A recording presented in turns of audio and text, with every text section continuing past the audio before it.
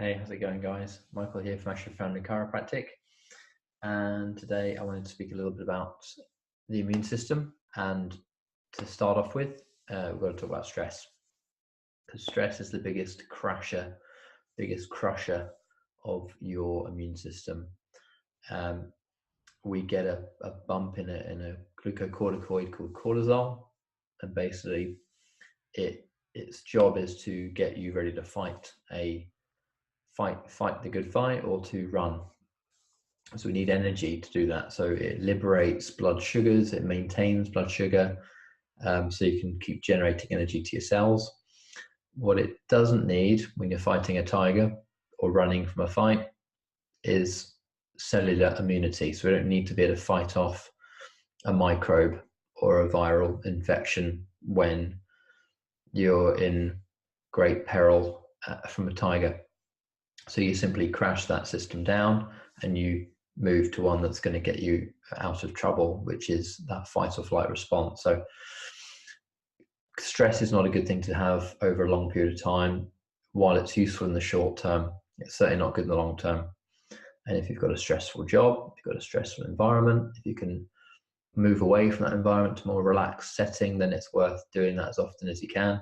Walks, stress reduction through massage, might be reflexology. There's so many different things people can use. Look for the thing that gets you nice and relaxed and try and move to that situation as often as you can. Number 2 is sleep more. Okay, we know that chemical cortisol is raised when you sleep for less than 5 hours. It is raised for the entire day, the following day after a poor night's sleep.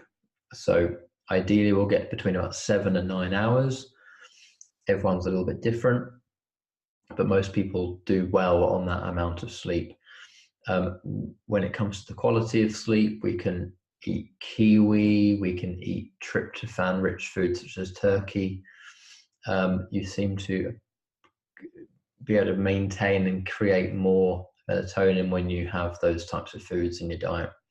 So any foods that are rich in tryptophan would be worth increasing as well. Trying to get to bed at the same time is helpful.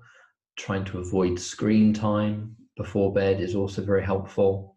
It's usually the blue light that your screen will emit, which we can avoid by sometimes switching the screen to a nighttime kind of mode, which will often switch that blue light off.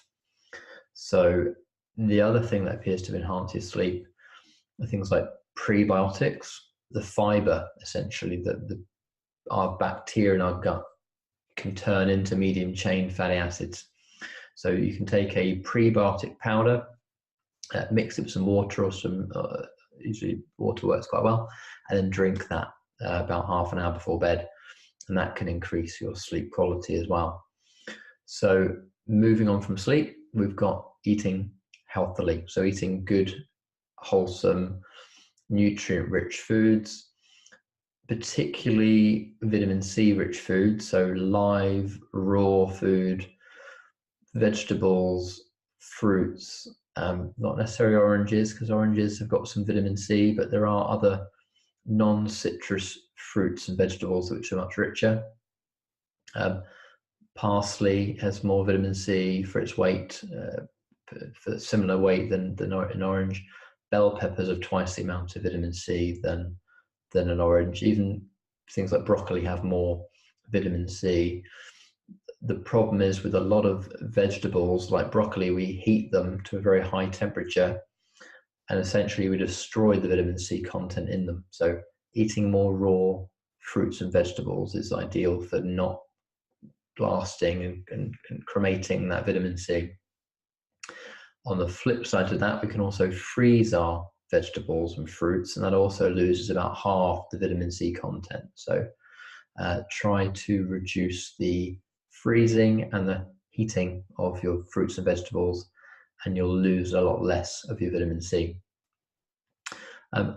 Exercise is my number 4. So exercising regularly, if you exercise 3 to 4 times a week, you'll reduce your risk of a cough or a cold by about half.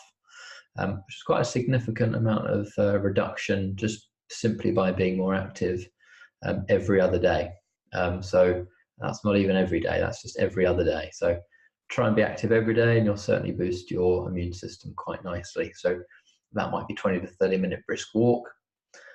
I like to do a HIIT style of training where I'll sprint about an 80 to 90% of my maximum for about 10 seconds. I'll then take a 20 to 30 second rest, and I'll do that again 8 to 10 times. So it doesn't take long. I feel like I've had a good workout. I'm quite out of breath after each sprint, but it doesn't take me much longer than about 5 to 6 minutes to do that. So a great way of boosting your immune system is to do some HIIT style of training. Vitamin D3, the sunshine vitamin. So trying to get out and getting some sunshine on a regular basis is easy in the summertime. In the winter, it's not so easy. So if you've ever wondered why we get a lot of coughs and colds and flu in the winter, it's usually because there's no vitamin D being produced by your skin absorbed through the skin into the bloodstream, used by your cells, including your immune system cells, to boost your immunity. So in the summer, we can get most of our vitamin D within about 20 to 30 minutes of the midday sun. So don't cover up the skin when you're doing this. So try and get some vitamin D from the sun without covering up your skin with sunblock or clothes for that matter. So try and get a good amount of vitamin D from the sunshine when you can. When you can't, then you can supplement. You can get your vitamin D levels checked. Some companies will do this for you. A company called Thriver might do this for you if you can look them up. You might even go to your GP and get them checked if they're willing. But it's certainly worth having a look and seeing what your vitamin D levels are doing. It's a pretty sure bet if it's the winter and you work indoors a lot. If you're an office worker, you're a night shift worker and you sleep in the day, it's a pretty sure thing that you're going to need to supplement your vitamin D.